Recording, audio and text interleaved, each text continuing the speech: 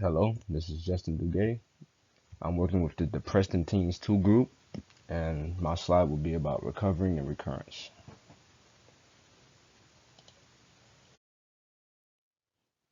To introduce the topic, or at least this aspect of the topic, a vast majority of teens dealing with major depression will eventually recover, but many of them often relapse back into a depressive state.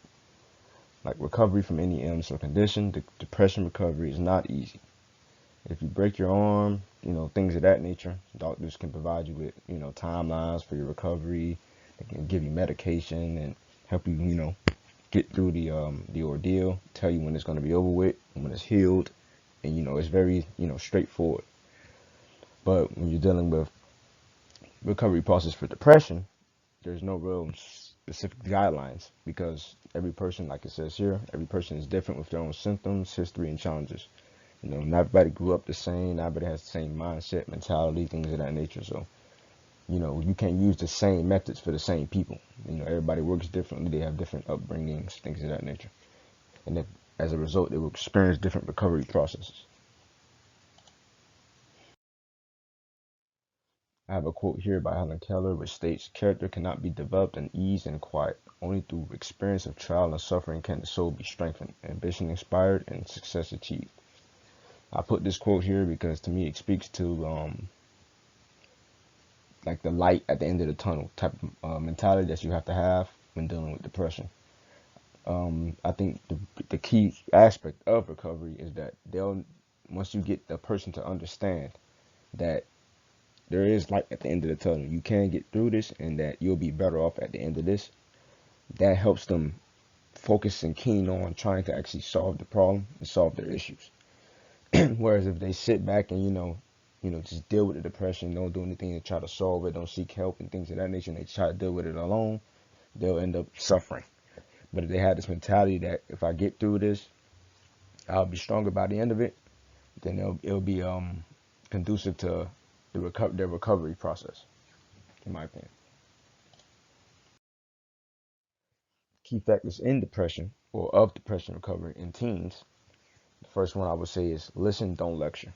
Now, a lot of times people when they're dealing with depression, people trying to help people with depression, they kind of try to tell them what to do. They say, do this, don't do this. They say, for instance, getting bullied on social media or cyberbullying, things of that nature, and they're going through things on that end. That people just say, oh, well, get off social media.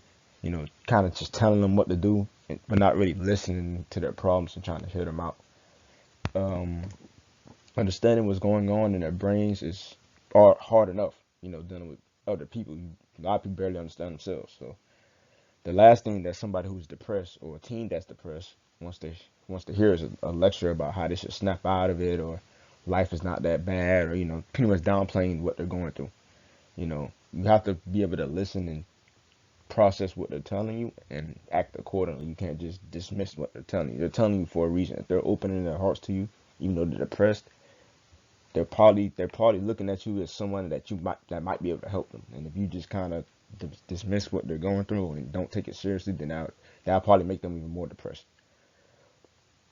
Second one is acknowledge and understand. Being Acknowledging that there is an issue and then understanding and processing that issue are very important.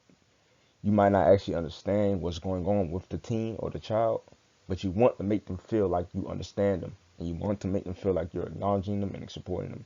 If you're just being very dismissive and very nonchalant about it, then that won't help them because then they won't feel like they have anybody in their corner or in their pocket. Um, Third is be persistent. You have to stay persistent. And I'm not saying you have to force them into things or you have to, you know, nag them or aggravate them, but you can't give up on them. Because like if someone's depressed, then chances are they're going to become reclusive. They're going to go into a shell multiple times, and they might not want to hear from you, even if you are might be saying quote unquote the right things or things of that nature. They might not want to hear from you, but you can't give up. You have to understand. You have to let them know that you're always going to care and that you're not going to give up on them. And eventually that will help them come around. If you just give up, then they'll be like, well, nobody cares about me, and that's going to make the depression even worse. Fourth is social connections. Now, especially within teens, withdrawal from their family compared to when they were children is usually normal. But depressed teens will also even start, retreating from friends and stop doing, the activities that they normally do, which is abnormal for, people that age most of the time. They'll start to isolate, and that by them isolating, that hurts their social connections, and that end up making them feel even more lonely and sad. So they might not see, like you might be able to take them to a treatment center, and they might not even see, the value in that. But having them still be able to socialize, particularly with other people that might be feeling similar things that they're feeling, so they can relate to them, might make them feel better, and it might make them more confident that they can get through it. Let them meet people that have gone through some of the things that they've gone through and actually made it out. That might make them more confident in their ability to make it out. Fifth on the list is talking. Talking is very important. You have to be able to communicate, you know, on the same level. You can't talk to them. You can't belittle them. You can't talk to them like they're a little child. You have to talk to them as if they're, you know, a human being just like you. You have to, like, it goes back to the listen to the lecture and acknowledge and understand portion of it. Teens, they might not want to always talk about their feelings and why they feel sad, but you have to set aside time to talk about anything that they might want to. It might not even be about, what's making them feel sad. Just being, being able to listen to what they're telling you and just being there for them is very important. And sixth and not least, physical activity. Now, some teens, while they're depressed, they might feel too tired to even do any physical activity. But if they're up to it, they're feeling up to it, then they can improve their mood and emotions. Getting exercise, you know, going running track, running, just doing jogging, just getting their body up and active, getting some sunlight that could be very conducive to having better physical health. And having better physical health might lead to better mental health as well.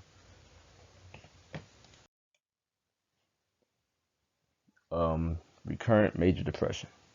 The risk factors of recurrent major depression include a family history of depression and significant life events such as trauma, times of high stress, loss of a job or relationship, or the death of a loved one. Now, many teens that recover from depression, a lot of them end up relapsing and back into depression later on. And like I said, a lot of that has to do with, things going on in their life that might put them back into that negative space, a mom dying, a sister passing, you know, somebody getting, beaten up or badly injured to the point where they can't speak, just a bunch of things, that can go on in your life. Maybe failing a class, if you put a lot of stock into your academic future and things of that nature, not getting to the college you want. These all things can lead into someone becoming very depressed, depending on who the person is. And these are the type of things that might cause somebody to relapse even after recovery.